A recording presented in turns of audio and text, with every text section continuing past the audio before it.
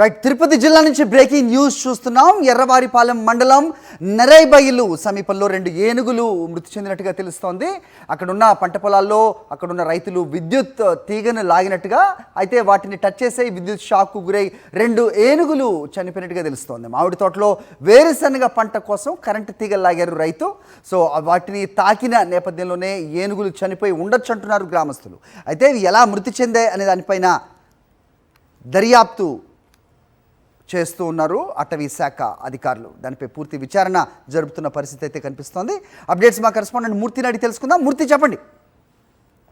అది తిరుపతి జిల్లా యొక్క ఎర్రవారిపాలెం మండలం నరబైలు పంచాయతీ పరిధిలో సురకపల్లి వద్ద మామిడి తోటలో అనుమానాస్పద స్థితిలో 2 ఏనుగులు విద్యుత్ షాక్ తగిలి ఈ రోజు తెల్లవారుజామున చనిపోవడం జరిగింది. స్థానికంగా కౌలు రైతు ఈ యొక్క పంట పొలాలను సాగు చేస్తున్నాడు. ఈ యొక్క చురకపల్లిలో అక్కరెడ్డి యొక్క కౌలు రైతు ఈ మామిడి తోటలో ఏదైతే ఈ 2 ఏనుగులు చనిపోయాయో ఆ ప్రాంతంలో ఈ కౌలుకు తీసుకుని తన యొక్క పంటను సాగు చేస్తున్న సమయంలో ఈ 2 ఏనుగులు చనిపోవడంతో ఒక్కసారిగా అతను భయభ్రాంతికి గురవుతున్నాడు. ఏమంటే ఫారెస్ట్ అధికారులు అక్కడిని అదుపులో తీసుకుని విచారిస్తున్నారు. విద్యుత్ షాక్ కి సంబంధించిన ఫెన్సింగ్ అతనే అమర్చాలని చెప్పేసి అనుమానం వ్యక్తం చేయడంతో ఒక్కసారిగా అక్కడిని అదుపులో తీసుకున్నారు. తనకు తెలియకుండానే వేటగాళ్లు కొంతమంది గుర్తు తెలియని వ్యక్తులు అడవి పందుల కోసమో ఇతర వన్యప్రాణుల కోసం వేటాడేందుకు ఇక్కడ విద్యుత్ వైర్లను లాగారంటూ అతను ఏదైతే కౌలు రైతు అక్కడ చెప్తున్నప్పటికీ ఈ యొక్క ప్రాంతాన్ని సాగు చేస్తున్నటువంటి రైతుగా అక్కడ అదుపులో తీసుకుని విచారిస్తున్నారు. 2 ఏనుగులు అయితే చనిపోవడం జరిగింది. సంఘటన ప్రాంతానికి